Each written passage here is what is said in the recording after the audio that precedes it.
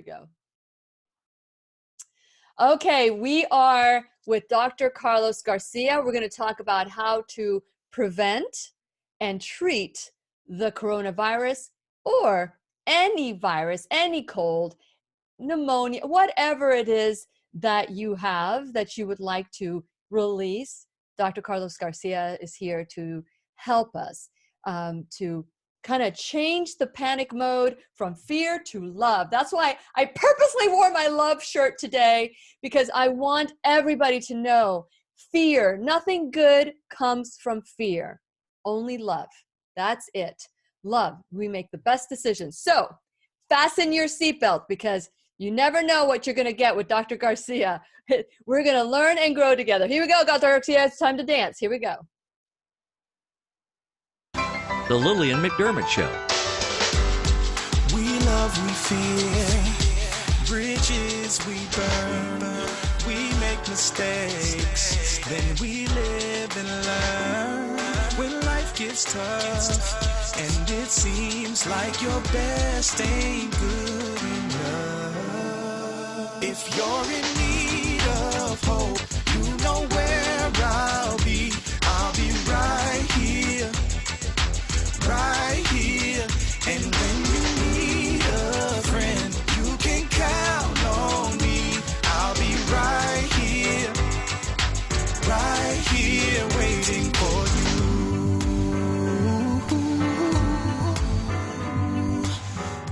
This is the place you can always turn to when you need a friend. The Lillian McDermott Show. To reach out to Lillian, visit her on the web at whenyouneedafriend.com. Now let's all learn together. Here's Lillian McDermott. Hello, my listening and viewing friends. It's so nice we can meet each other on the air on this beautiful, best day ever. For those of you who are new to the Lillian McDermott Radio Show classroom, please know I've been waiting for you. This is a safe place where you can go to when you need a friend. It is my commitment to provide alternative ways to heal, and it is my mission to make awareness, responsibility, and truth a part of our everyday life. And I hope you, my listening, as well as my viewing friends, my live viewing friends on facebook.com/Lillian's Radio Show, will feel empowered to embrace a new truth and live the life of your dreams. Now, today, I was going to do the classroom by myself and talk about, I forget what the topic was that I was going to bring about, maybe how to embrace calmness among the storm. But instead I said, after doing the class with Dr. Lorraine Day, I wanted to do more course or class on prevention and treatment, quick treatment of the coronavirus, COVID-19, but insert whatever you want, whether you have a common cold, the flu, pneumonia, anything that could spread, this class is for you. But here's the deal. It doesn't matter what the name is, it's all the same. And Dr. Carlos Garcia of Utopia Wellness, who I've been to this, oh my gosh, in 2015, I think I've been connected with Dr. Garcia. And I always enjoy his fire. You never know what you're going to get with him, but you will get honesty and truth. And since it is our sole purpose in life to give and receive love and knowledge, I am grateful that Dr. Carlos Garcia is here to do just that. Welcome, Dr. Garcia. Are you ready? Let's rock and roll. We're rock and roll. Well, tell us a little bit about your background before you start talking. We start talking about this this craze that's going on right now. All right. So I went to the University of Massachusetts Medical School. I was a successful anesthesiologist. I had my hand, injured my hand, and that forced me to sort of retire from anesthesia.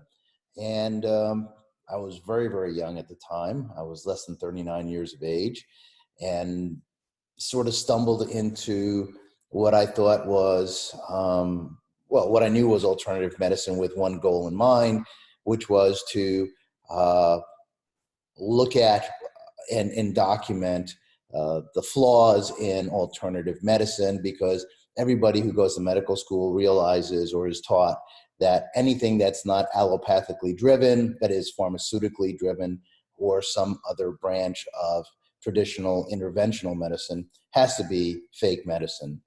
And so, believing what I was taught, I went into this with a lot of the little books that we got when notebooks or composition books that we had when we were kids, to write down all these things that was going to go wrong. And the big master plan, I mean, this is actually, it sounds crazy, but it was the master plan, was to fill about 6 or 8 of these books over, what I figured would be 6 months to a year and a half at most.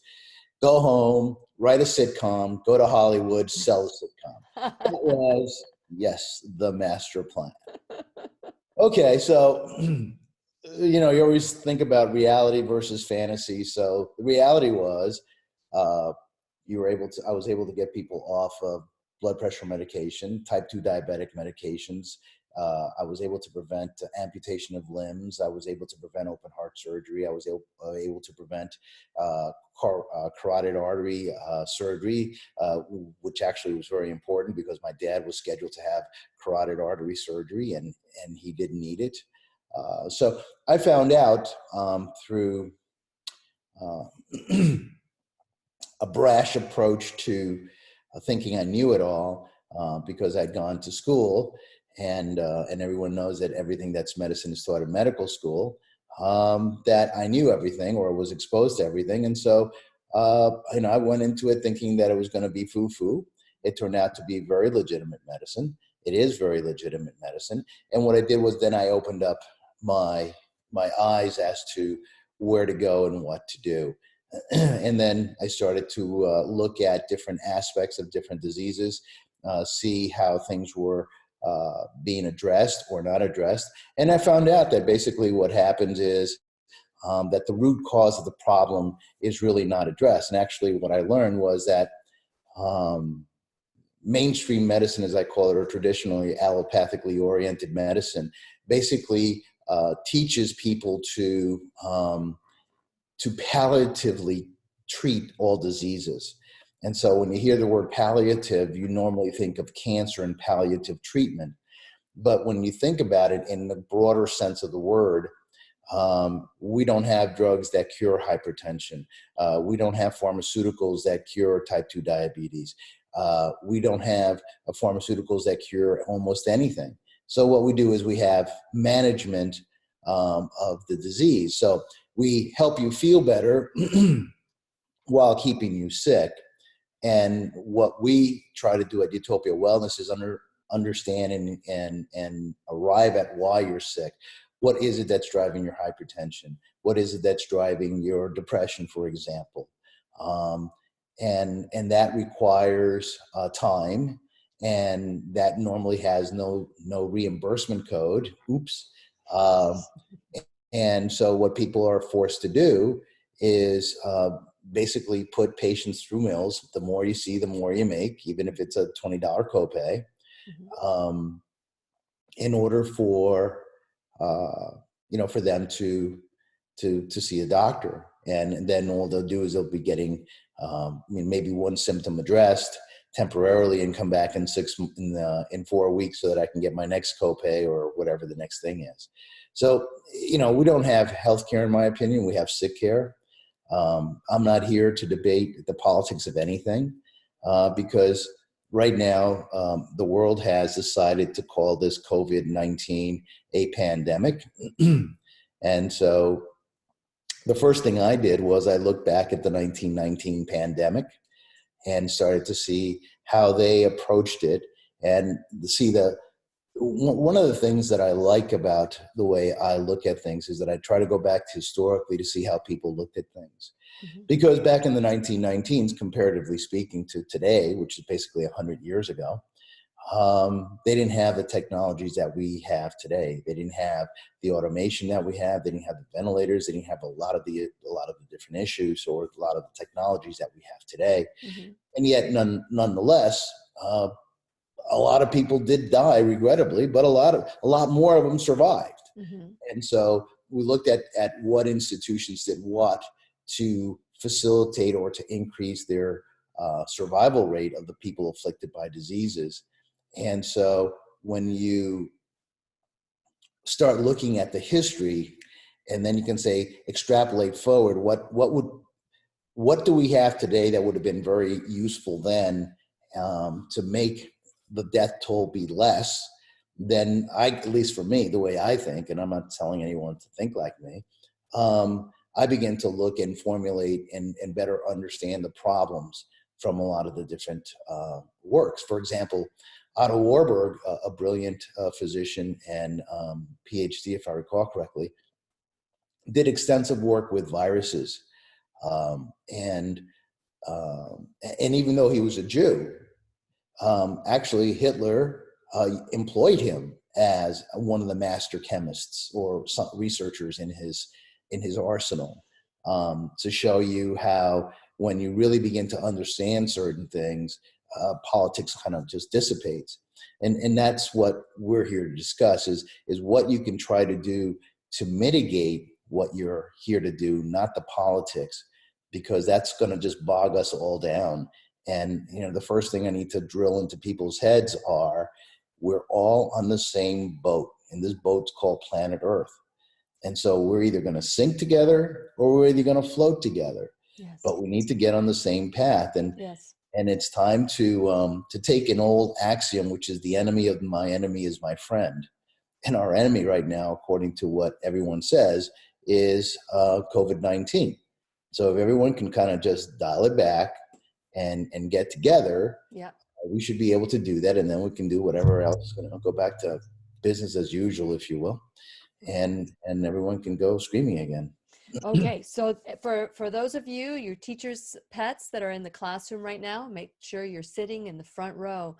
You can ask any questions that you want, type in a Q, and make sure that you type in your question. If you just make a comment, we may not get to it, but if you type in your question, type in a Q first, and then ask your question.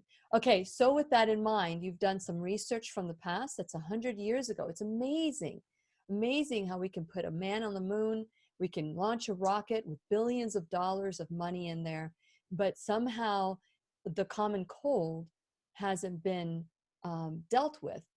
And we are dealing with this. And I've said this all along, that the media and whatever powers that be are driving this fear. And nothing good comes from fear. There's a panic to the point where there's not even toilet paper anywhere to be found. But that's beside the point. That's beside the point.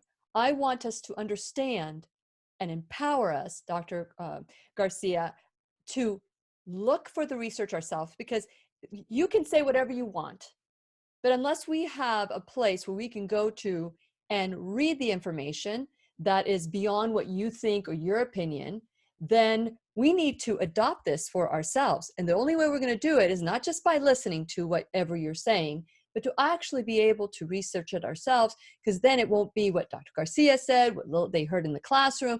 It is, I read it, I saw it, and this is what I believe at this point, and I'm not going to buy into the fear. So with that in mind, what can you tell us about this coronavirus that you feel is manageable, that we can take care of this problem in less than 2 weeks? Well, that's a little bit out of context, but we can start getting things under control in 2 weeks to a larger extent, I believe. Okay. So okay. The first thing that we need to address is, how do you prevent getting it? Well, the problem is that there's no good answer for that. That's the reality. That's not what you want to hear. But the whole point is that if you don't care about getting it, in other words, if you empower your immune system yes, to sustain the insult, then you can do the sanitary things. You can wash your hands. You can cough into your elbow. You can wear the masks. I personally think that's kind of, unless you're talking about particulate matter, breathing back and forth, I think the viruses are too small for the mask to really work. But hey, if you want to do the Michael Jackson, knock your socks off. Because your eyes are still exposed, your hands, and they say it lives on surfaces for 2 weeks. Is that fact or fiction? I don't know. See, that's the whole problem. The problem now is that as I was doing some research on the COVID-19, I see that the research goes back to at least a half a decade. And so this is not something that's new. So everyone's been playing with this puppy. And, my personal belief is that this particular strain of virus is somebody's pet virus that got out. And So so it's genetic. It's genetically made, or it's altered? like, I don't know. Honestly, I have no firsthand knowledge. I don't know. But again, that's not going to help us. correct. What I'm here to do is like, look, wherever it came from, to me, is irrelevant at this junction. It just doesn't matter. Because what we have is, I don't know, 6-7 billion people that go cuckoo for Cocoa Puffs. And we need to get these people some sort of organization, which nobody has done. And in fact, there's a lot of panic. And there are a lot of serious issues that I want to try to address to prevent these things. And this is why it's important. I did about a 3.5-minute video explaining to people that I have reached out to the federal government. I have reached out to the pharmaceutical industries to try to get them to talk to me, because we have dealt with viruses successfully for the last 2.5 decades at Utopia, more or less. And the whole point being is that since this is such a widespread issue, I need help in manufacturing, and I need help in distribution, and I need practitioners to deal with people. So if your default thinking is, I'm going to come in contact with it, but my immune system is going to keep me as healthy as it can, then that's one less fear factor that you have to deal with. Mm-hmm. Because don't forget, this thing has been around. I mean, it's kind of funny, not funny, but it's interesting, I guess. Interesting, yeah. It's interesting that people sometimes think that the day before I got my diagnosis from this biopsy, I was healthy. No, correct. You've had this problem. So by the time people found out about this coronavirus, it had been out in circulation for I don't know how long. And so therefore, it's been moving around. So my default thinking, and I'm not telling you that this is true, but the way I think, for me, I assume that I've been exposed to it and that everybody else has been exposed to it. That's just my default thinking. Why? Because that's one less variable I have to deal with, which, by the way, is out of my control. Correct. Because correct. I don't know if the next person I'm meeting has coronavirus or not. So I'm just going to assume that I've been in contact with it, and I'm going to move on, and I'm just going to sort of build up my immune system. Great advice. So, and so the next thing that the media has focused upon is test. Oh my God, another word. And that's all good and well. But so what? It's not going to treat you. Okay. So you got it. Tag, you're it. Okay. Big whoop. Now what? Now? What? Yeah. Okay. We're going to isolate you. Okay, fine. So you're going to isolate everybody. All right. But eventually someone's got to get out of, you're going to run out of toilet paper. You got to go out and buy more. Okay. So somebody's got to get out. Someone's got to do something. And I believe, if I heard correctly, that San Francisco today or yesterday ordered a total lockdown on everybody. I may be wrong, but I believe I heard that on the news in passing. Yeah. And so what everyone's doing is just isolating. And so one of the things that I learned from the 1919 pandemic was that the hospitals, or what the hospital version back in those days, those institutions that opened up their windows and oxygenated their facilities did much better with survival rates than those who kept their windows closed. So one would say, perhaps you might want to, go out there and get some fresh air. Mm-hmm. The system would say, no, you got to get locked down. So if you have to stay locked in, then you might want to open your windows. Well, if you think about it, Dr. Garcia, Dr. Corona, Dr. Garcia, what happens now when you are the pharmaceutical industry? I mean, their goal is for all of us to be on medication. I mean, brilliant, so they make sure that you're taking this pill to keep you sick enough to need a next dose to give you sick enough. So the whole instead of healthcare, you call it sick care. That whole system is designed to keep us sick. So it makes sense to me that the opposite of what we're doing, which is the lockdown, would be healthier for us. You know, knowing what natural health is all about, being able to breathe air and not circulate whatever is being processed or fabricated into our lungs would be better for us anyway. So I like your no nonsense. Let's just assume everybody's exposed. Now, what do we do? So let's open our windows. Let's get some fresh air, go for walks. What else would you suggest? Well, again, let's talk about the fear factor, because the fear factor is a very important issue. Reduces your immune system. Right. When you're in fear, you go into what medicine calls the fight or flight mode. You're either running away from the bear, or you're, you're just, anyway. You're fighting the bear or running away from the bear. So the bottom line here is, what that also does for your body is make you very acidic. And the more acidic your cells are, and so modern medicine will say, wait a minute, let me draw blood gas. Okay. Your body is programmed to keep your pH of your blood between 738 and 742, more or less. And it will sacrifice anything to do that, because if it dropped much lower than the lower number or much higher than the higher number, then your body starts going into catastrophic failure. Yeah. So the bottom line is that when you look at the blood gas, that's going to give you a false sense of security. So a saliva pH is a much better choice to see how alkaline or how acidic you may be.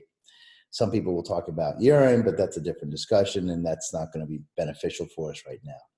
So the whole point is that if you live in fear, you're debilitating your immune system, and your immune system is your army that will keep you as healthy as possible, so that you can move forward and suffer whatever challenges you're going to have to suffer to overcome them. And that's the problem with the fear. And what we do at Utopia is we try to educate you, because education is power, knowledge is power, as they say. And so what happens is, as we educate our patients, what happens is our patients then lose the fear, because they get an understanding. And you don't have to get a PhD level education. You just have to understand the nuts and the bolts.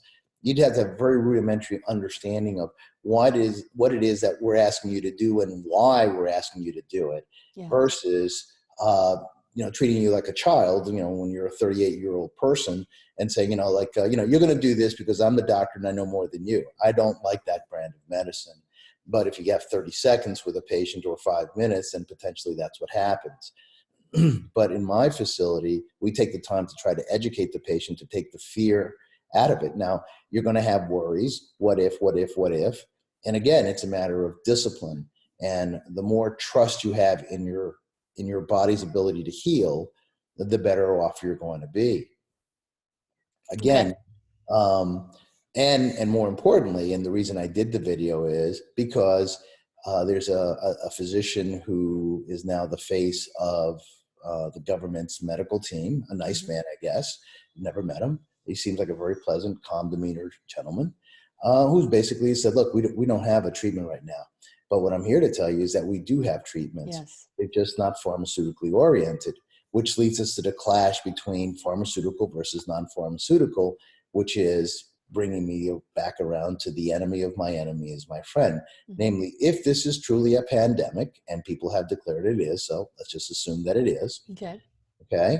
And if we want to get rid of it, then we have remedies that are non-pharmaceutical. In other words, they're non-patentable, that have the ability to help people get well.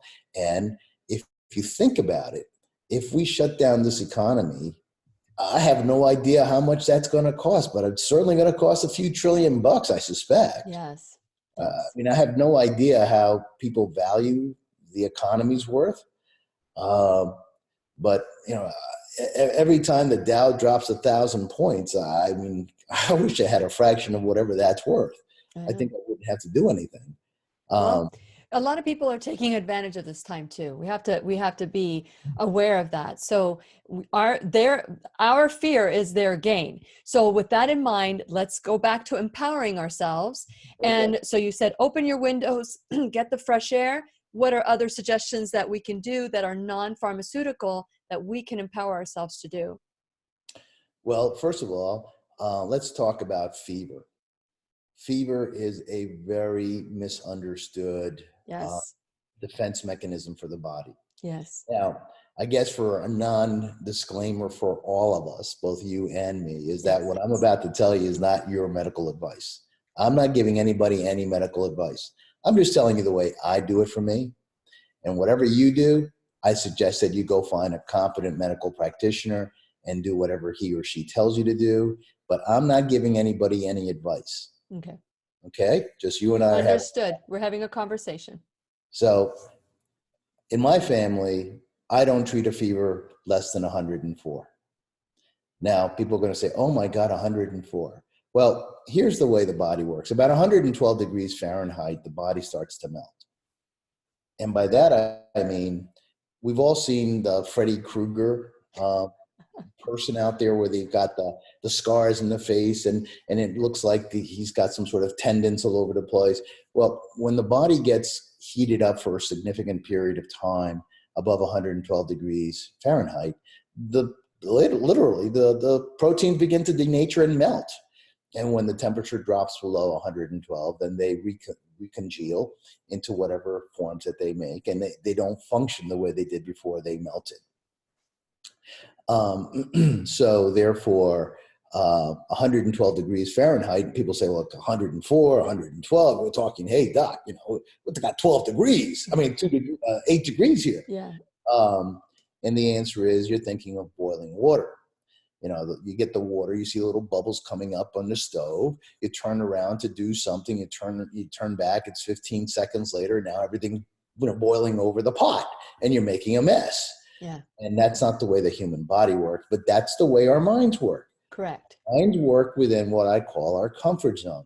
You basically go, you basically go out of your way to say, what is familiar to me with respect to, how can I relate to whatever the circumstances is? So what's in my comfort zone? What's in my library of experiences that I can relate this to?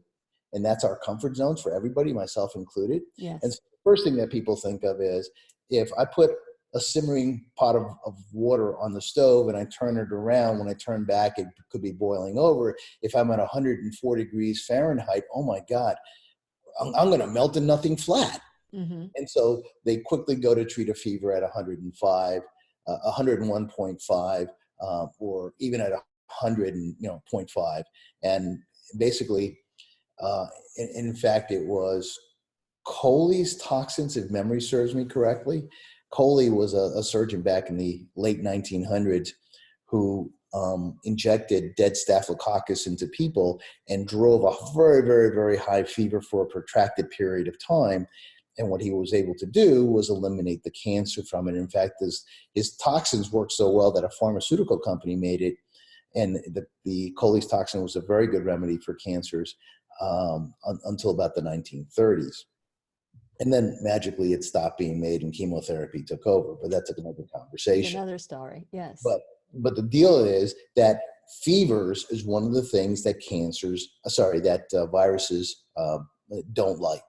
So when you notice that people start shivering, they go, oh, and they uncontrollable shivers. That's a body's way of trying to generate heat because viruses love the cold. So what not to do when you have a fever and you're afraid that you're going to melt? You don't go underneath the cold shower.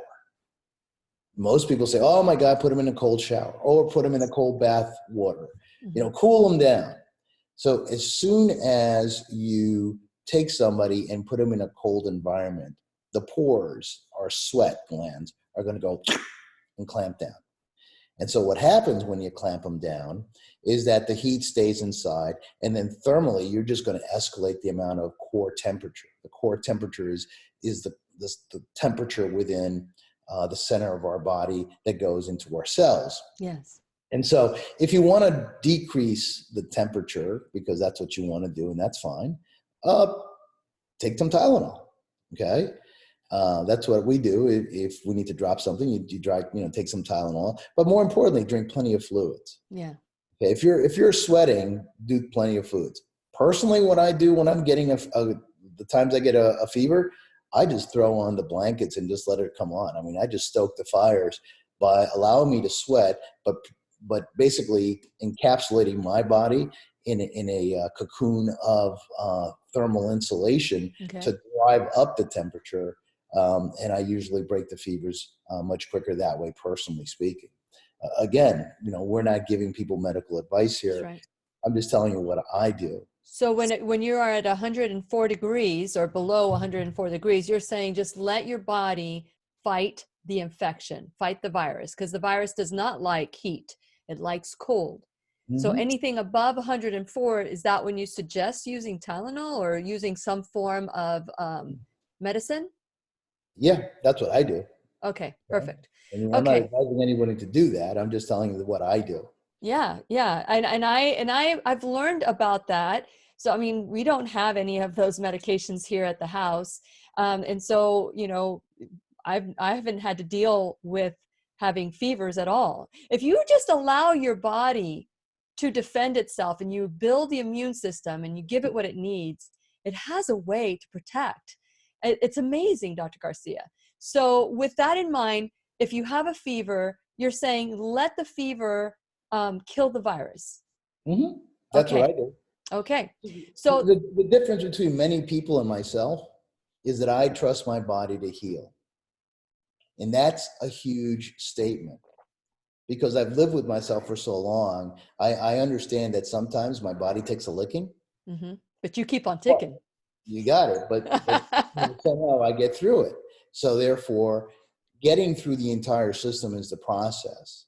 And so for me, it's a matter of not understanding that as I have observed my body's responses to many different things, is that we're programmed. We have an innate program, an instinctual urge to survive. The problem is that we try to micromanage the human body with very little information. And that is a big problem. So one of the lessons that I had to learn as I ventured into this medicine called quackery was the fact that, one, we know very little about the human body. In spite of all the literature that people compile, all these books, we really know very little about how all the intricacies of the human bodies, all the X, Y's, and C's. And number two, that we have to work with the body as opposed to trying to tell it what to do. And so that's what we're trying to do here, is we're trying to work with the body. So you need to, if you're going to have a fever, you want to, look at it, keep tabs on it. You can keep a chart, plenty of fluids. And remember that that's a response that your body has chosen to do for a reason. At least that's what I think. Yes. And with fluids, you're not talking about soda and you're not talking about tea. You're talking water, coconut water, things that are going to build your body, right? Coconut water is a very good substrate in the sense that it has a lot of different elements inside of it, which are good and nutritious for the body. And if you want to have a water with some tea, you can certainly have some tea in order to make it taste differently. One of my preferences is lemon. I like lemon. So it just doesn't have to be water, because then it goes like another glass of water, really. So if you want to flavor it up to make it different, that's fine. And the same thing with nutrition. One of the best nutritions you can have is bone broth. So, people say, well, what do I eat? Well, I tell people make some bone broth. It's very nutritious. It's easy to basically swallow. You don't have to chew it. You don't have to expend energy doing that if it doesn't float your boat, if you don't feel like it. And then just call it a day. And just keep doing things. So there's a lot of things we can do. Panic is not part of my no, I know. You're like, bring it. Bring it. That's your personality. Okay, so Dr. Garcia, so now that we've talked about opening our windows, allowing our body to have a fever to fight the virus itself, and so what's another tip that you can give us? So another go-to that I use a lot when I personally have, feel under the weather is vitamin D. Now, vitamin D should be in an oil form. It should not be a powder. First of all, yes, we have the chemistry and we have the technology to take the oil and make it into a powder. No doubt about it. However, we don't have the human body doesn't have the technology to convert the powder into an oil. We don't do that well, if we do it at all. And so therefore, what I tell people is you can have it in gel caps. You can have it as just a plain old oil. I have friends of mine that when they tell me that they're getting sick, they say, what do I do? One of the first go-tos when they're coming under the weather, D3. I learned that from you too. Yeah. Okay. And don't be scared. I think that the levels that have been recommended for D3 are way too low. D3 levels should be in somewhere about 100. Now people are going to say, "Oh my God, the laboratory says it's 35 or 40." Okay, fine. Makes them feel good. Knock yourself down. My levels tend to be between 80 and 110 because I choose to make it that high, and it doesn't hurt me. And it works with your body, your immune system. So with that in mind, okay, I use a raw form of D3 and it's powdered because a long time ago, I learned that the vitamin D in oil form may not necessarily be good for you. So with that in mind, I know. So, and that's why it's important to be open to a new truth and be able to research it. So if I were to take that powder form and put it in a little bit of coconut oil or olive oil or whatever and stir it in, would that be good or no? No. Listen, our bodies are basically water. Okay. So for those of us who say, hey, doc, you're wrong, take that powder, mix it in water in a little test tube, right? Because then you can see I forgot the interface between the oil and the water phase. When you take oil and vinegar and you shake it together in a bottle and you let it sit, you'll notice that the oil rises to the top and the water on the bottom. Yep. That's what you're looking for. And that's not going to happen. I've done that many, many times over.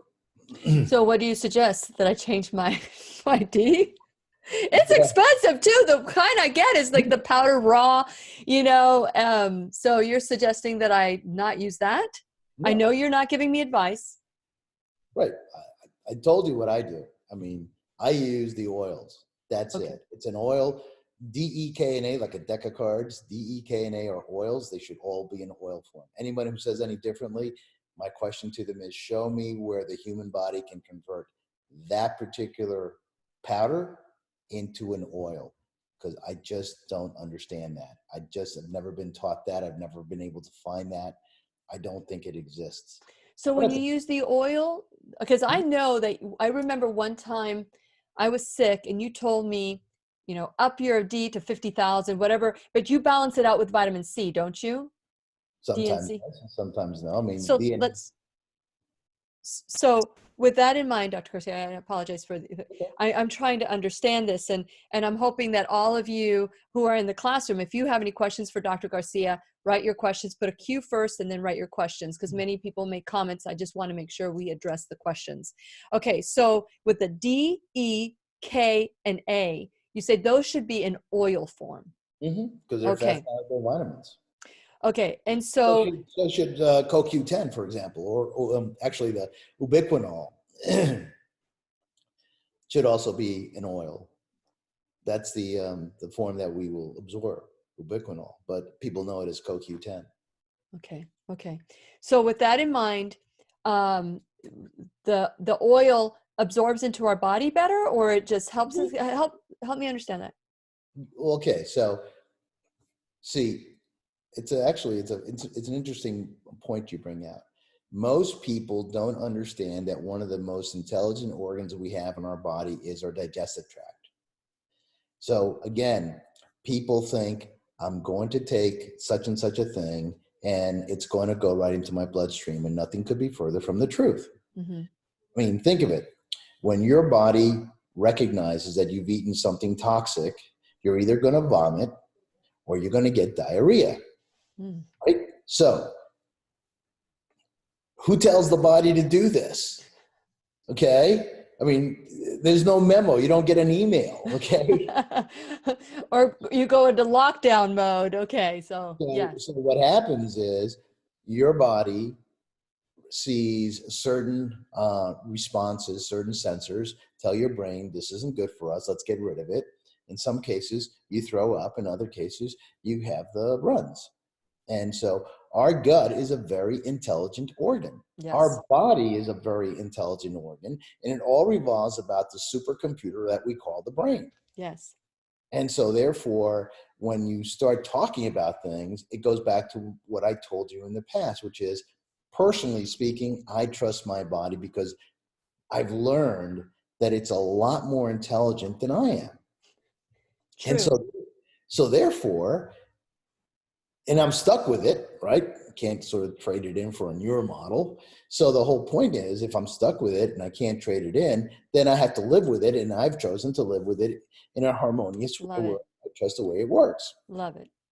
And yours, whether you trust it or not, still does the same thing, except a lot of people fight it.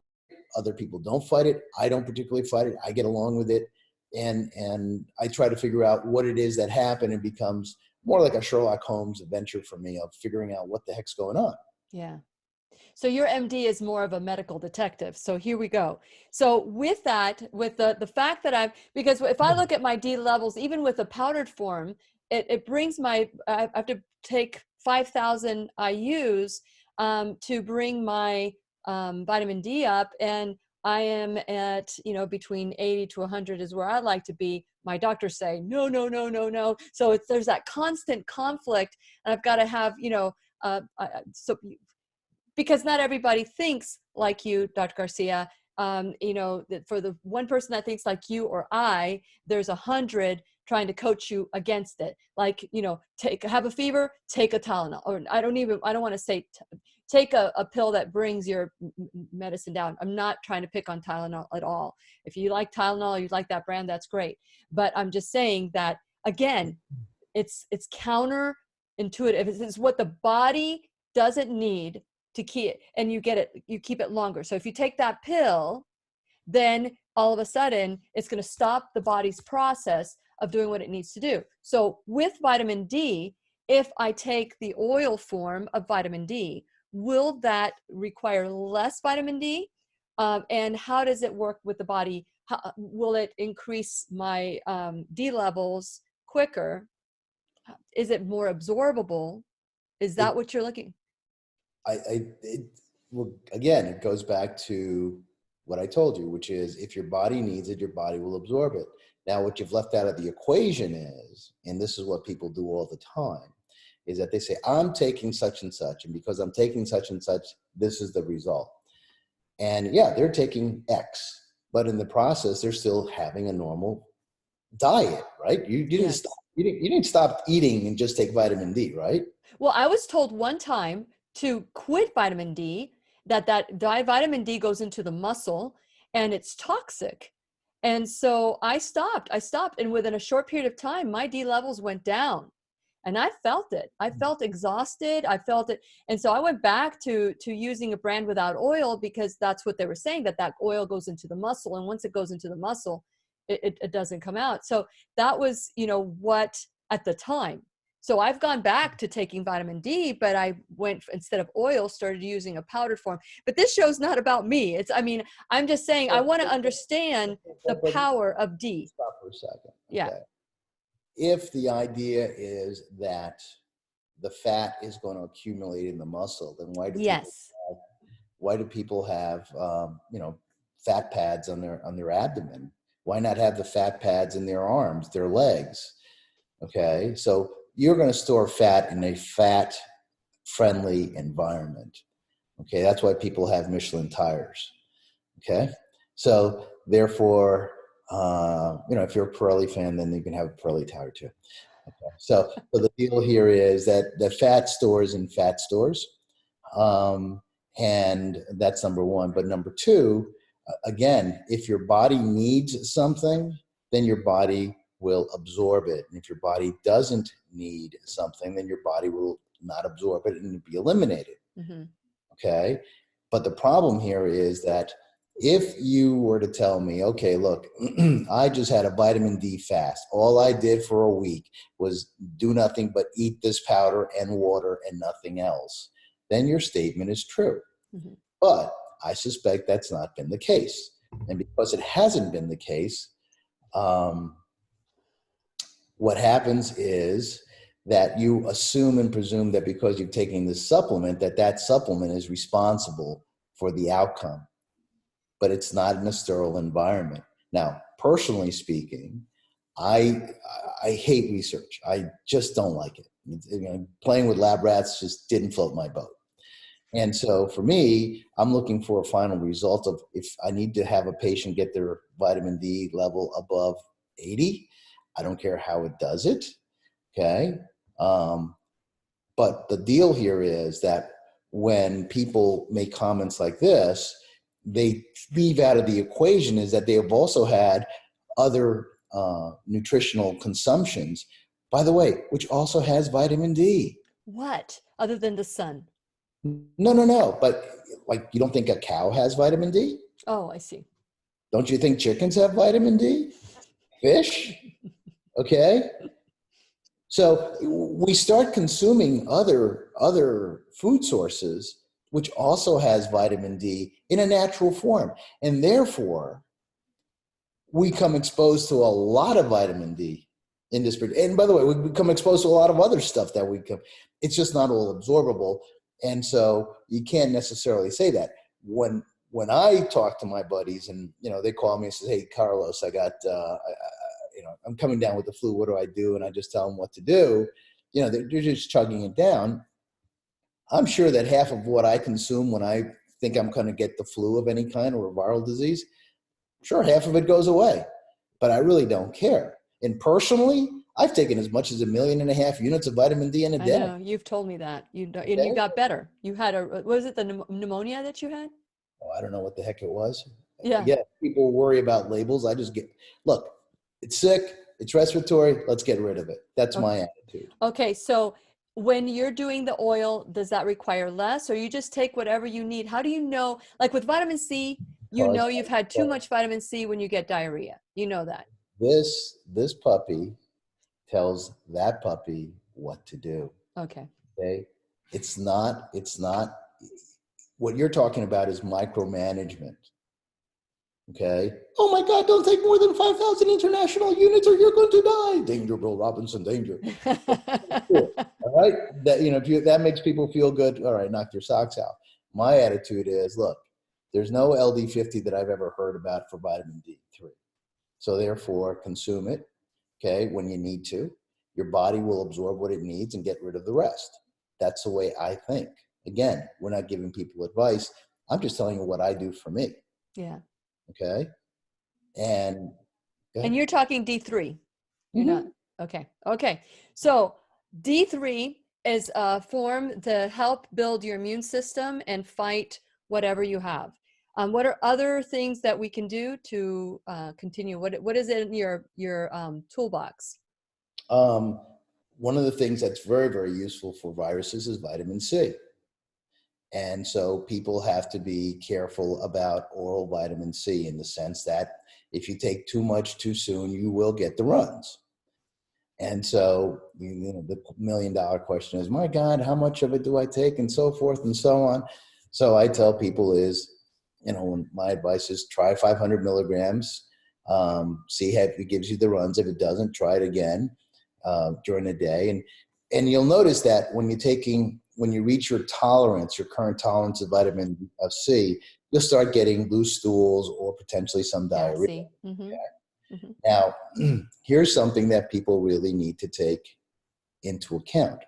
Whereas I have given people 50 and 100 milligrams of vitamin C intravenously in one sitting, You cannot do that orally, or you will definitely cause yourself a world of hurt. Grams, 500 grams or milligrams? No. 50 to 100.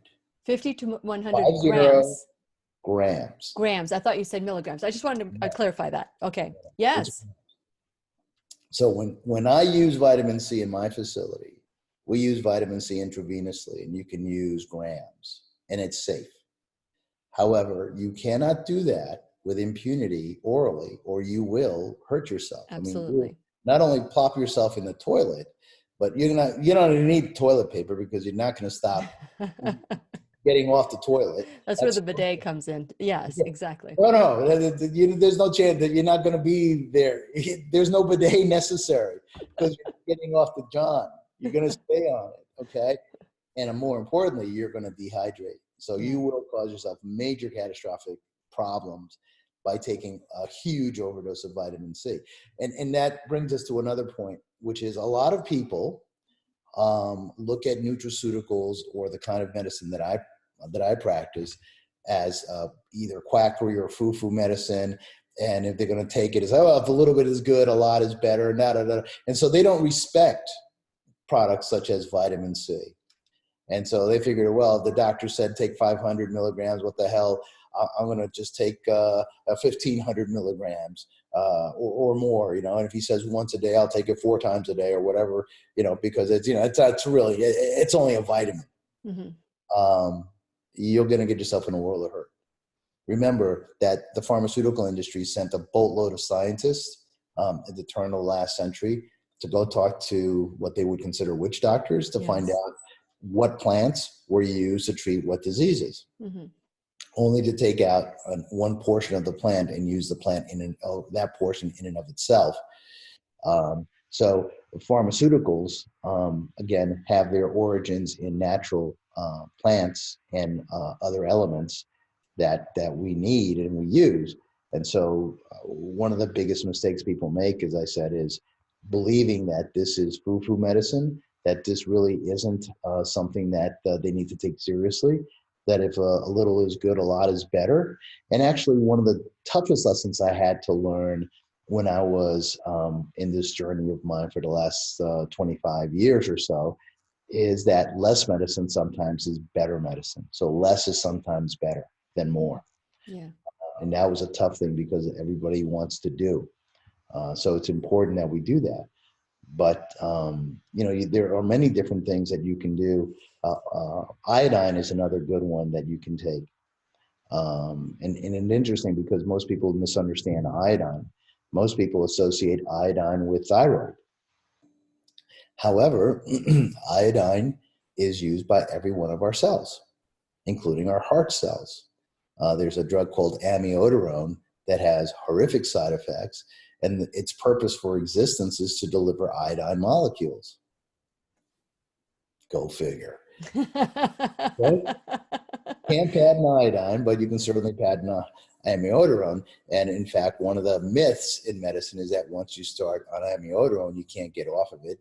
Then that's not true. I've gotten many patients off of amiodarone because when I looked at it, one of the things that I did because I had some time in my hands, and I'm just wired weirdly, is I looked at the stoichiometric composition of amiodarone. And that's a fancy way of saying the skeletal molecules. If you remember your basic organic chemistries when you wrote the C's and the H's and the O's and the bonds and all that stuff.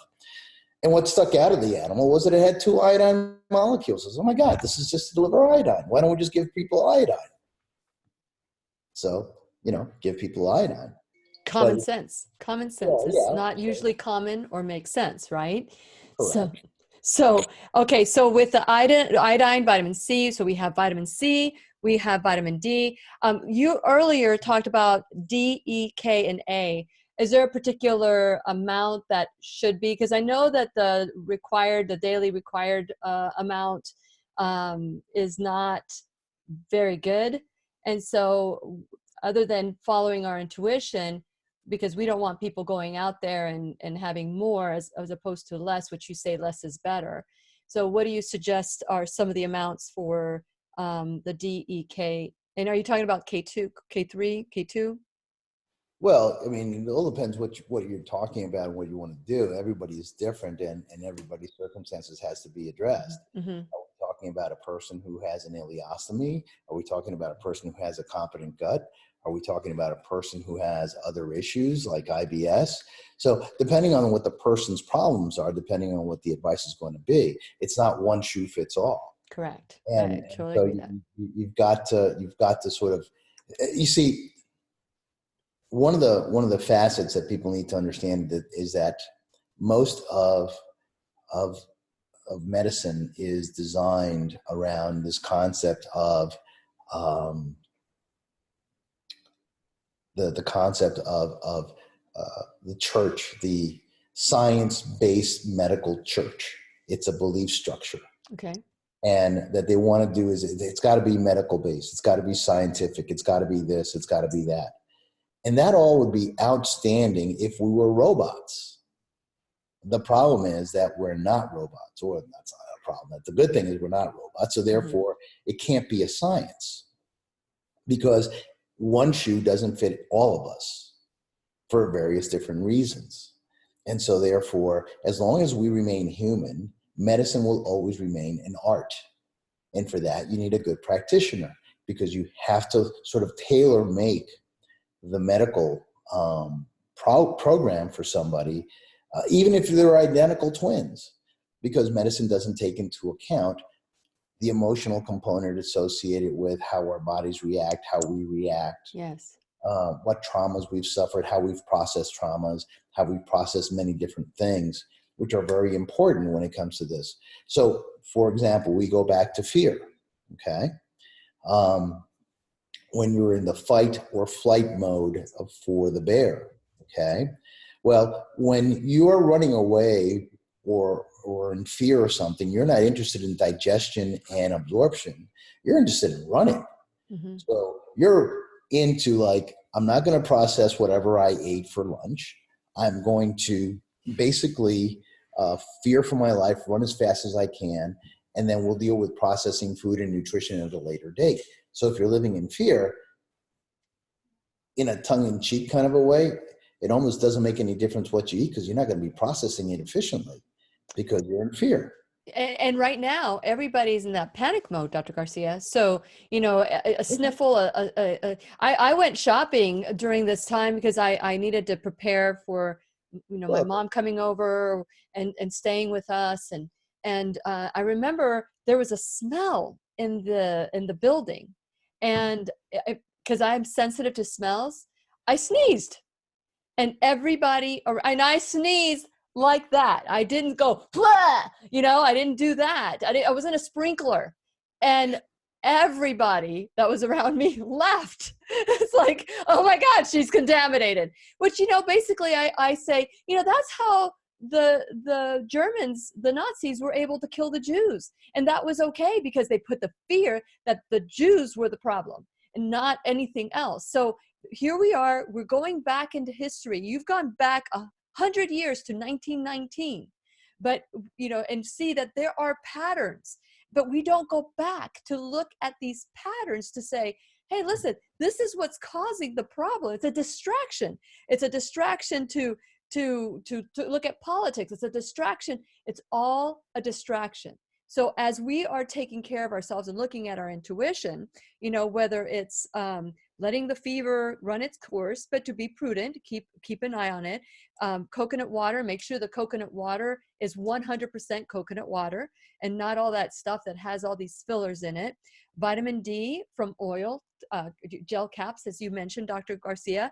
We have, you know, trusting our body not to fight against it. Vitamin C, I said vitamin D, and iodine. Is there a particular amount? Is there anything that you look at for iodine to help with the immune system?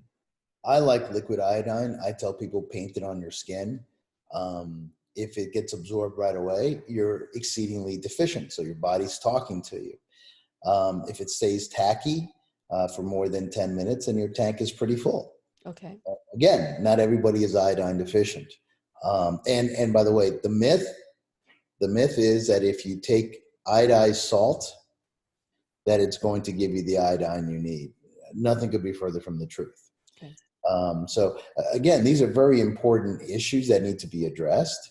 Another good factor that is clearly overlooked by medicine and by doctors, most doctors, is that your cervical spine is exceedingly important when it comes to your entire immune system, because the autonomic nervous system exits through cervical 1 and cervical 2. And that's the nervous system that controls how your gastrointestinal system functions, your kidney functions, your liver functions, your gallbladder functions, your spleen functions, heart, lungs, and so forth and so on. Excuse me. So the skeletal structure of a human being is equally important when it comes to the overall wellness of the body and the overall function of the body, because the entire body has to work as a unit. And so these are the things you have to do. Yeah. But as I said earlier today, one of the things that we're going to be doing is I'm going to have Belinda send you a link. Yes. For a 3.5-minute video, more or less, that I have done, basically calling for assistance from the pharmaceutical industry and the government to be able to share my knowledge to treat this pandemic, not only in the United States, but worldwide, to bring it under control. And I do believe that with these simple and yet overlooked modalities that I'm willing to share with them, we would be able to control the pandemic, if it is that they do want to control it, and I hope that they do. Yeah. Because it is costing, I mean, forget the money, it's going to be costing an awful lot of hardship worldwide. Yeah. And definitely isolations of different people. So, Well, but we have a lot of issues that we need to address, and there's no better way to forge it than when everyone's got the same crisis. yeah, yeah. Okay, so we're almost done. We've extended our time, and we obviously are going to have our teachers' pets after the class, because it's so important that we empower ourselves with an armor of protection. And this is some of the steps that we can take. But I want to encourage, if you're listening on podcasts, your podcast ends when the music, the disclaimer happens, but the class continues with the teachers' pets that want to continue. And I'm hoping that you are the teachers' pets that are out there watching the live broadcast today, tagging people to come join the classroom, because this is empowering information. And this is what we learn at whenyouneedafriend.com. I want to encourage you to subscribe to the channel or to the website. And while you're there, like and follow me on Facebook, like and follow me or on all social media, and subscribe to my YouTube channel, because if you're listening on podcast, you will get just that small amount. But if you're watching on Facebook or you're watching on YouTube, you will get the extended version of the class. And so I want to encourage you to spread the word, because this is where we get to empower ourselves. While you're there, check out my sponsors button. With my sponsors button like Liberty Health Share, Keep Me Safe Organics, First Alternative Care, which I share with you, all of you that don't want to go to the doctor. First Alternative Care takes great care of you at home, in-home, on the phone. It's telemedicine. For $45 a month, you take care of your whole entire household, and that includes non-urgent family practice, dermatology, and 3 hours a year of behavioral health counseling. Plus, it's an amazing portal with 3.2 trillion different algorithms that I want to encourage you to say, okay, now's the day. Go to get it, click on it on my website. The pharmacy, oh my God, Ross Clark and the team there, they treat you like family. And talk about a caring group. Go to the pharmacy in Merritt Island. Dr. Stephen Grable, who can do these vitamin C IVs and vitamin D, all the different things that you can get, alternative, functional, holistic. Dr. Stephen Grable is there for you. And he's once a month, he's in the classroom. Live Longer Medical, who's making you look as beautiful on the inside as the outside. You can also, if you live in the Melbourne area or in the Atlantic area, you can get IV infusions there at Live Longer Medical. Dr. Carlos Garcia, Utopia Wellness. You can go to utopiawellness.com. There's also grounding, ground yourself. There's Brain Tap to change the program. There's so many different ways that you can empower yourselves, and also you can become an enrolled student. We're going to continue our conversation with Dr. Garcia after this podcast. Just want to make sure you know all the different wonderful people who are standing in the classroom so that you can be empowered as well. Dr. Garcia, thank you for this moment with you. I know that we're going to continue after the podcast, so you can join us there at whenyouneedafriend.com and find it out. And please remember, we'll be right here waiting for you worldwide at whenyouneedafriend.com. This is Lillian McDermott and Dr. Carlos Garcia wishing you love, peace, joy, and unexpected abundance. Make it the best day ever. The opinions and advice expressed on the Lillian McDermott radio show are intended for the individual callers and guests on the program and are presented to our wider audience solely for general educational purposes. Please act responsibly and consult personally with your own medical, psychological, or nutritional expert before taking any steps to improve your life. Hey, many of you are out there saying, great show, wonderful show. Thank you so much for that. But don't let it stop here. We have got to be the voice of reason.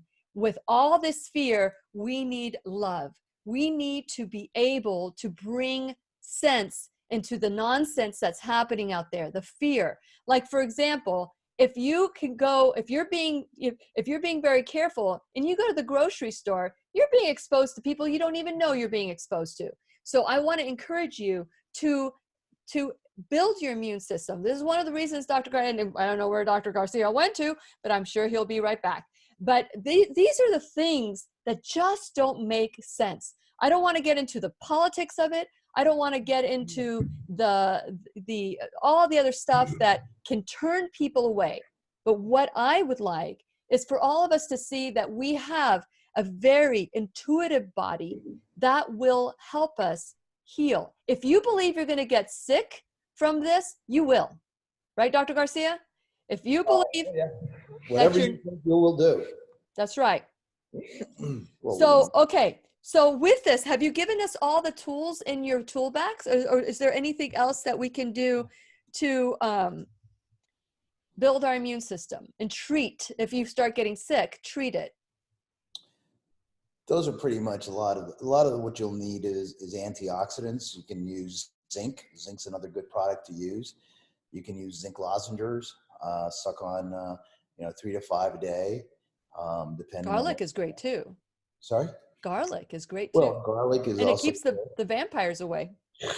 You could also use oil of oregano. However, when you use oil of oregano, do get it in gel caps, because if you take it, if you buy oil of oregano in a bottle and you drink it, it is rather,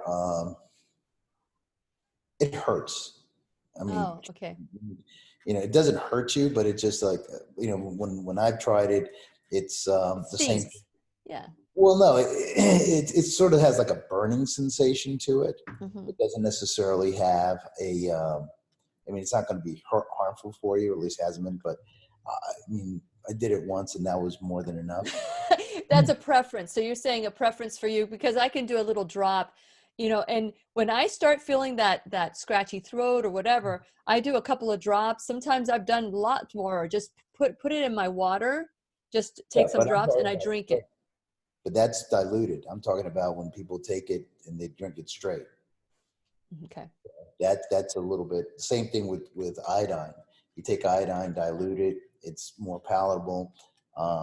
If you take, depending on the concentration of the iodine, if you take it straight, it will it's like it denudes or kills all the bacteria. So it basically exposes that part of, at least of my tongue, that it hasn't been, and it gives it that. It's like when you, best examples, when you drink, or when you eat or consume soup that's too hot, gives you that burning sensation and your tongue feels like, yeah.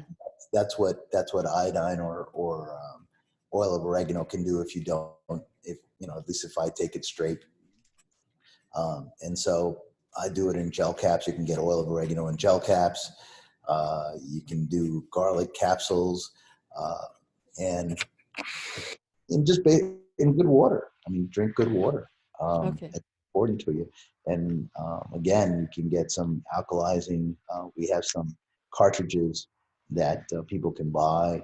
I forget what the name of them are, for about, I don't know, $20 or less, that will alkalize, I don't know, 20,000 gallons or something like this. So you can always drink alkaline water, which is important for you. And just don't walk around being a victim of whatever it is. Totally understand that. I think that the mindset is so crucial to staying healthy. And so there are a lot of people out there that are upset by these comments that, you know, if you have a strong immune system, you know, this should be like, people who are getting the virus are going, well, you know, I went through it. It was not a big deal, right? And but there are people who have compromised immune systems already. Perhaps maybe they have other conditions, heart conditions, or diabetes, dementia, taking medications, which I was doing some research that they were saying that people who are taking ACE inhibitors have this open door and more susceptibility to the virus. And so I can send you that link if you haven't seen it, Dr. Garcia. But I thought it was interesting. They took the coronavirus and they kind of dissected it and what happens with people in the different populations and how it does spread out in the body when they're taking these pharmaceutical drugs. And I've heard, and I have not verified this. I've heard people say that people that are doing vaccines, because they have all these accelerators in the body, that it accelerates the virus even more. So there's so many different theories out there that I have not been able to go down that rabbit hole. But with that in mind, people that have compromised immune system, can they do the same thing and still be able to fight this and get stronger? Well, if you have a compromised immune system, you need to find out why it's compromised. For example, if you are a kidney transplant recipient, you don't want to have a very competent immune system because it potentially can go after your transplanted kidney. Correct. So, and it's not one size fits all. But let's go back to a more important question, which is, hey, doc, I go to the gym 3 times a week. Okay, I'm healthy. And don't get me wrong. I mean, exercise is good for you. I mean, I guess it builds up stamina, it builds up strength, depending on what you do in the gym. But exercise, in my opinion, has never prevented any disease. Okay. I know you see runners collapse from a heart attack. Yeah. So the point being is that the first thing that Americans need to understand is we've been programmed to believe that if we have no symptoms, that we must be healthy.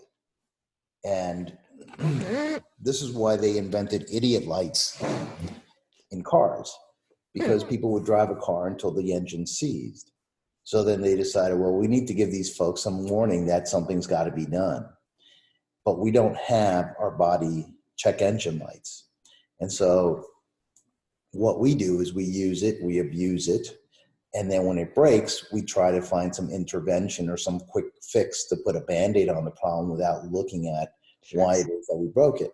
And so there's an interesting machine I brought back from Russia that I use that analyzes the human body. And hold on. When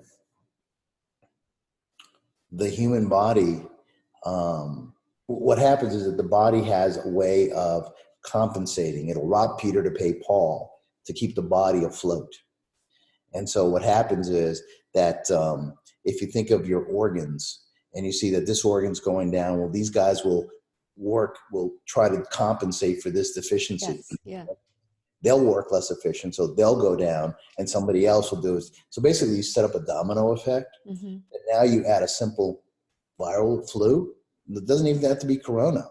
And that's the straw that breaks the camel's back, and then the dominoes go there. And so you hear the story of, like, you know, Aunt Susie, she was 80 years old, strong as an ox, got a cold and went to the hospital and died, or stayed home and died, got the cold. My goodness gracious. You know, what happened? She was And so we don't understand health well because practitioners don't understand health well. And it's something that I had to learn on my own because it isn't taught. That, you know, if your default thinking is symptom based, you have to have a problem before I intervene, then you're Correct. always going to be behind the eight ball. And that's what they're talking about today. They're talking about we need to get ahead of this curve. We need to flatten out this curve. And the curve that they're talking about is the exposure. And the answer is, yeah, you can get ahead of it by understanding how to treat the coronavirus problems because it's just another pulmonary infection. And getting to that becomes very, very simple. But then you've got to mitigate for those 15%. I mean, 85% of the people are plug and play. 15% of the people are going to require certain twisting and turning of what the program should be to accommodate their particular needs. Like the transplant patients, you know, you can't do to them what you do to other people because you run the risk. And yes, and there are going to be fatalities. This doesn't work for everybody. People are going to die. The thing about prevention that people always say, well, if you prevent it, how do I know who's going to get it? Well, that's the nature of prevention. You don't get it, but no one can tell you that you were going to get it. So It's like Rogaine. Rogaine, men or women, they put it on their head, and if their hair falls out, well, it could have been worse. If you don't use it and your hair falls out, you need to go back and use it because you really don't know what's going to happen when you put that Rogaine on your head. But you just go on blind faith that it's going to, I know you use it all the time, right, Dr. Garcia? Yeah, right. It works very well for me. Case in point. Okay, so earlier, Dr. Garcia, you talked about drinking water. And I've always been fascinated by water. I've had Dr. Gerald Pollack in the classroom, and he says the best water to have is the juices from your vegetables. That's phase 4 water, and so that's really good for you. And I've had people say alkaline water, filtered water, reverse osmosis water. There's so many different opinions, and again, one size doesn't fit all. For me, alkaline water gives me the runs. Just going to say it. I don't know if anybody else gets that, but is there something wrong with me, or is it just that my body doesn't like alkaline water? Well, it could be that your body doesn't like alkaline water, or it could be that your body's gut flora composition is not what it should be. And when you give it alkaline water, it's getting rid of the bacteria that can't tolerate alkalinity. So again, one of the things that isn't promoted in mainstream medicine is prevention. And everyone should do colon therapy every year, liver flush, gallbladder flush if you have your gallbladder, coffee enemas. These are all important issues or important modalities that people can use. And again, the colon therapy should be done by a licensed, experienced colon therapist. They can also do a coffee enema for you and so forth and so on, or you can learn how to do coffee enemas at home. So because the coffee enemas will generate glutathione. That's the beauty of the coffee enemas. So you can do a lot of different things, but prevention is not something that is really addressed in mainstream medicine. In mainstream medicine, just basically use it, abuse it, wait until it breaks, and then we'll try to figure out what to do to keep you afloat. Feeling better, but you feel sick, or you're still sick. Like I said, it's palliative treatment because it's not addressing the root cause of the problem. And when you start looking at the root cause of the problem, then you can start making different choices. So to me, our stomach needs to be acidic. So when I am drinking alkaline water, I'm wondering if I'm drinking it at the wrong time, and maybe that's what's affecting my intake. I don't know. Yeah, but your body doesn't. doesn't make acid or shouldn't be making acid 24 hours a day, 7 days a week. Just when I'm eating. Yeah, and now it's going to be an acidic environment in the sense that it's going to maintain whatever its homeostasis is. Okay. But for those people who make excessive amounts of acid, I don't make enough. Yeah. well, but those who make excessive amounts of acid, then those are the people that we call, they have gastric reflux and that kind of deal. So they make too much. But again, in a sound body, your body should be able to say, I'm eating these things. Part of the digestive process is that the juices in your mouth, as you allegedly chew your food 30 times before you swallow, which nobody does, then that starts telling the brain what it's going to, starts giving feedback to the brain. The brain starts giving feedback to the stomach as to what it's to anticipate, so that the stomach can make whatever it's going to make. Yeah. If you're not making enough acid in your stomach, your neck is probably out of alignment. So, and from what you said last time that I was on the show, you were having surgery. And so one of the most interesting things that happens when people have general anesthetic, which I suspect you had. No, I didn't. I had Twilight. Really? Yeah, I did. Yeah, I did all that in Twilight. Yeah. I Okay. don't like general. I have this thing about being put under. Huh. You guys are getting a lot of information about me today. So yeah, I had it done on Twilight. Yeah. Interesting. And I didn't want all the drugs that go in with the general. But at any rate, the cervical spine must be out of alignment. I suspect that you go find a good orthogonal chiropractor, and they should be able to address whether or not your cervical spine's out of alignment. Okay, I will do that. I go to a cervical chiropractor, so maybe it's time to go back. It's been probably 3 months since I've gone, so I'll go back and have her check it.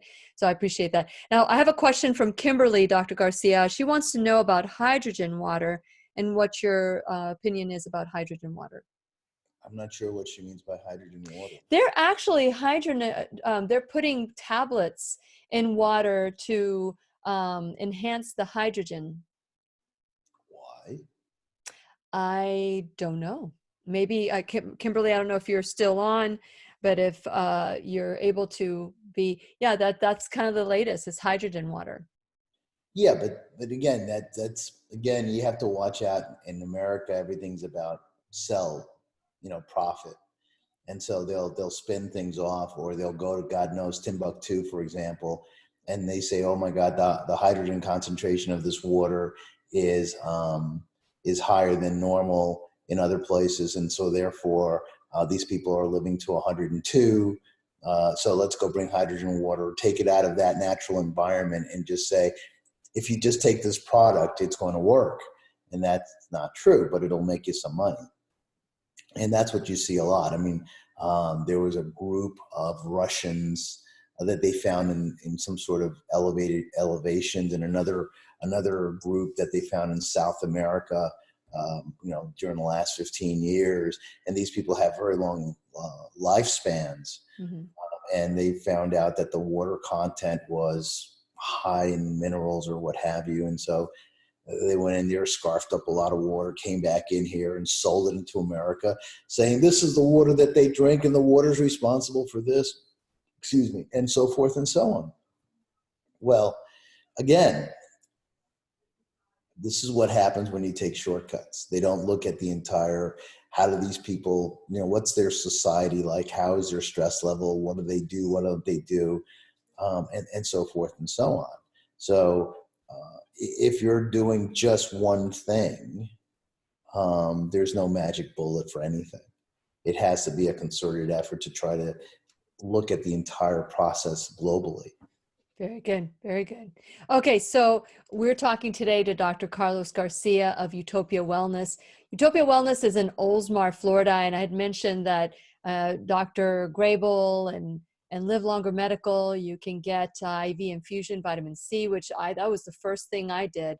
I had 20,000 milligrams again, I'm healthy. And so I just wanted to just kind of give myself a little boost before I start working with my parents who are elderly. My dad had had surgery, so I just wanted to make sure that I was well taken care of before I went to see them. And but you can also go to Utopia Wellness in Oldsmar, which is near Tampa, Florida. So for those of you who are listening in the area, you can call 727-799-9060. That's 727-799-9060. And Dr. Garcia, you said that you're going to be giving me a link, and I'm going to be posting that link so that people can go and see your 3-minute video.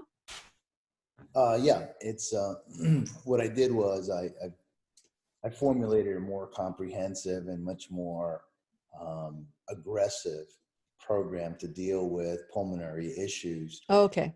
Because here's the deal.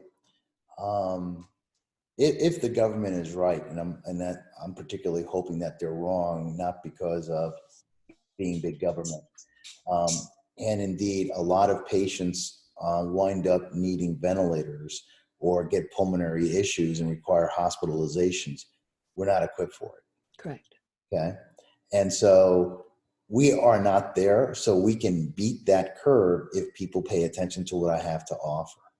And so what I need from your listeners is to have them go to your website so they can download that link, so that they can pass that link on to a lot of people, so that somebody friggin' wakes up and they say, oh, look, he exists. Yeah. And they have a good time getting people well. Very good. Very good. And one of the things that I've been using a lot of, and apparently, I don't know if it was the CDC, but some government branch said that this was quackery, is silver. I use it for my hands, to, the cream form or the gel form in my hands. I use it to spray. I drink Argentin, the people of Argentin, which is Sovereign Silver. The Sovereign Silver is the commercial, and then Argentin is the medical grade. I have both. And so what is your take on silver? Silver is a very good product. Silver is something that we use at the clinic. I don't think it's quackery. I think it's a waste to put it on your hands. Oh, yeah? Yeah, because you're going to take your hands, you're going to wash it, put silver, then put it on what? The tabletop, open up a Well, door. they say it's good for you for 4 hours in your hands, that it protects. Yeah, you're absolutely right. If I put silver on my hand, I put it there, and I just hold my hands like this, it'll go 4 hours. But I guarantee you that if you're going to go touch a doorknob, you're going to leave some of that silver in the doorknob. And if you're going to go do this, and if you do that, you'll spread. So eventually it wears off. Okay, so I'm bathing in it tomorrow. That's good.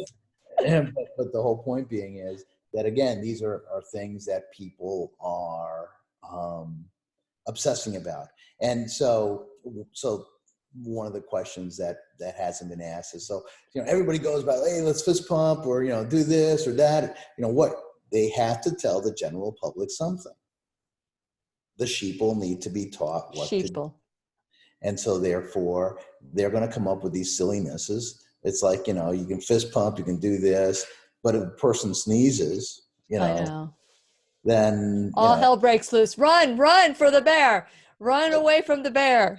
So, the whole point is that they have to give people some trinkets so that they feel that they can do something to protect themselves and to minimize their efforts, most of which I think are comical. But again, washing your hands it's kind of funny. Washing your hands is something that people should normally do. Yeah. People rarely do it. Now it's like, oh, let's go wash 20 seconds. It's like, okay, let's go do it because of coronavirus. No, maybe you should do it because it's good hygiene. Correct. And the doctor that brought this to the medical profession was called a quack for a long time. So just simple hygiene, washing your hands, was a big issue in the medical industry back when someone said, maybe we should wash our hands before we do surgery or before we treat somebody. You're going back to the 1850s, 1840s, when again, they were talking about these things and people would do surgery in auditoriums similar to the one in the background there. Yes. and there would be a person on where the desk more or less should be, I suspect. Then everyone would be breathing, talking, smoking, doing whatever else they wanted to do while surgery is being done, in a rudimentary form of anesthetic. And so, yeah, someone says, maybe we should wash our hands before we go and, go mucking around somebody's innards. And oh my God, that was heresy.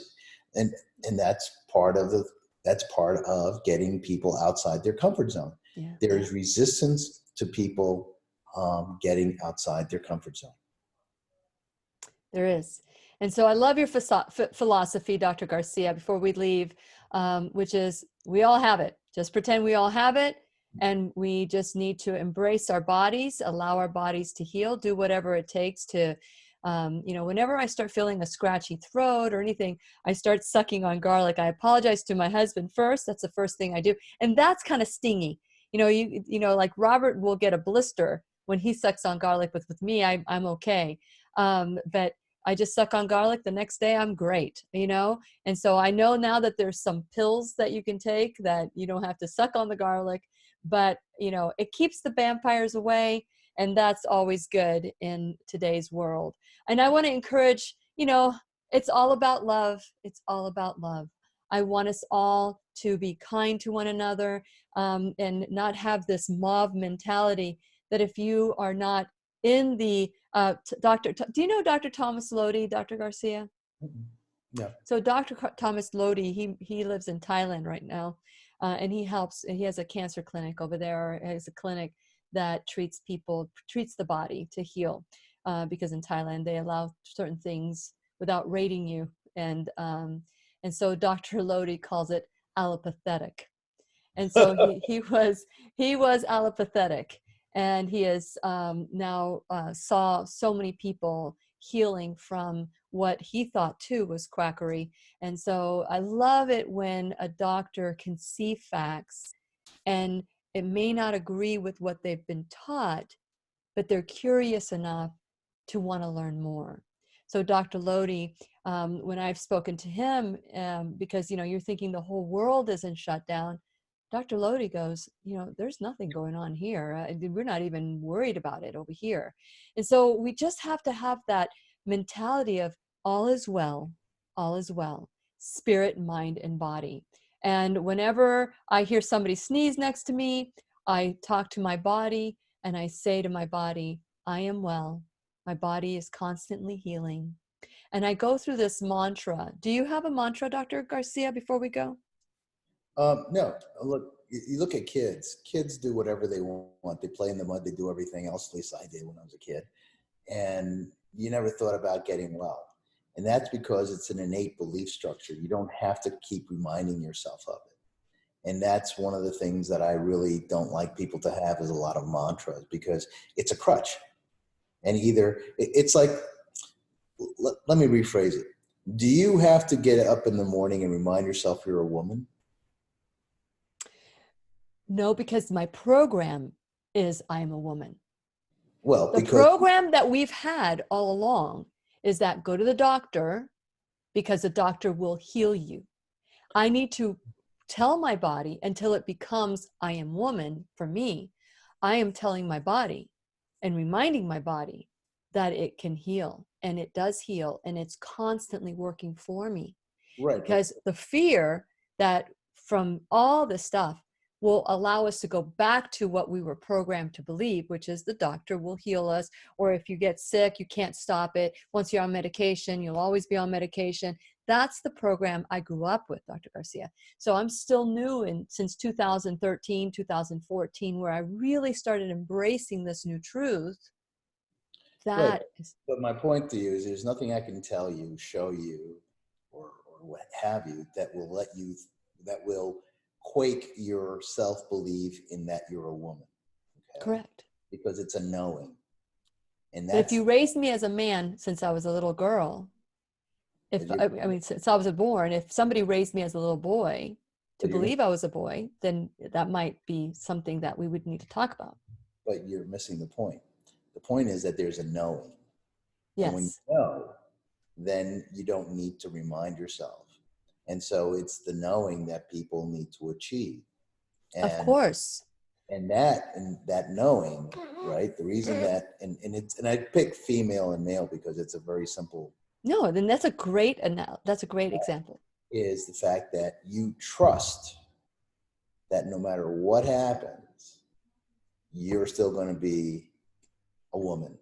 No matter what Google says, no matter what, the media says, for you, you're going to die a woman, because that's a knowing for you. No matter how it's redefined, if there's a new Britannica that comes out and redefines what a woman is, and you don't fit that criteria, you're still going to know you're a woman, no matter what anyone else says. Yes, yes. That's what people need to achieve. Now, if you're telling me that in the process of doing that, you need crutches like mantras, yeah. But for me, I don't need that, because I know that my body is going to keep me healthy until the point that it doesn't. And at that junction, in spite of my assistance to it, if it doesn't, then it's my time to go, and I can live with that. I've had a very nice life. I don't want it to end, don't get me wrong. Yes. Okay? But the whole deal here is that I choose not to live in fear. I choose not to have to love it. myself. I love it. Something that I have managed to achieve through trust. It's a matter of self-trust. If you can trust yourself, then you will be successful. If you don't, then you undermine yourself and you become your worst enemy. I mean, I tell people, you want to know why you're sick? Look in the mirror. You want to know how to get well? Look in the mirror. Do you want to be your best friend, or do you want to be your worst enemy? I think those are all things that are pieces of the puzzle for us to get better and to do better and to know that, connect to that intuitive side of us. And Dr. Garcia, you're very intuitive. I know that about you, and I've spent much time with you, and I am grateful for your knowing and your intuition. I'm really grateful for that. As all of us become stronger towards what you've achieved, I want to encourage everybody to do whatever it takes. I've quoted this, the great philosopher Meatloaf, which, the song, I would do anything for, and everybody's like, I want this and I want that. But here's the thing, but I won't do that. That's the part that I always want people to understand, that we look at what we don't want. I want this, but I'm not willing to do whatever it takes. So the question is, what are you willing to do to achieve that kind of knowing that Dr. Garcia has? That for you, not all of us, one side is created equal. Whatever you can do to achieve what you want, work with your body, I really do believe that we can achieve health. And have exactly what we were created to have, which is abundance, love, peace, and health. And so with that, Dr. Garcia, any final words before we go? Happy people don't get sick. Be happy. Happy people don't get sick? That's awesome. That's awesome. So everybody go out, be happy today, and continue that 24/7, because it just isn't just you breathe once and you're done breathing. Happiness is a state of breath, like breathing. You got to be happy all the time. But what about if you're not happy? If you're not happy, something happens and it causes you to kind of fall at that moment. Does that reduce your immune system? Yep. You could become acidic. Your frequency drops when you become sad. And the immune system wants a higher frequency, not a lower frequency. And pathology wants a lower frequency, not a higher frequency. So the happier you are, and everyone gets upset and everything else. I get upset, but what I do is I say, what am I upset about? I identify the problem. What is angering me? And sometimes that's easy to find, and sometimes I have to scratch my head and try to figure it out. And then we go towards the solution, which I love the solution. And so today's solution is build your immune system and believe your body has the intelligence to get you better, but you've got to do whatever it takes to make it happen. Dr. Carlos Garcia, thank you so much for everything that you do. Those of you who'd like to learn more about Utopia Wellness, go to utopiawellness.com. And they're in Tampa, and worth the drive. I'm looking forward to maybe going back there, maybe working with me and figuring out ways to achieve optimal health through Utopia Wellness. So thank you, Dr. Garcia, for everything you're doing. All right. Hey, don't forget to go look at that video about dementia. Oh yeah, I'm going to look at the video about that. And also I'm looking forward to watching your video on how to kind of embrace this, the solution of the ventilator crisis, or the, Well, so in order to do that, we need to get the pharmaceuticals to realize I exist and come over here, and then they're going to have to get out of their comfort zone. But one step at a time. Let them find me first. Yeah, I'm sure that we will. So let's help this cause so that we can stop. I mean, there's so much more we could continue talking about, because we can't stop here. But the way we can help out is by spreading the good news. So help me spread the word. So we will see you. Be safe until we meet again. Take care. Toodles. Bye.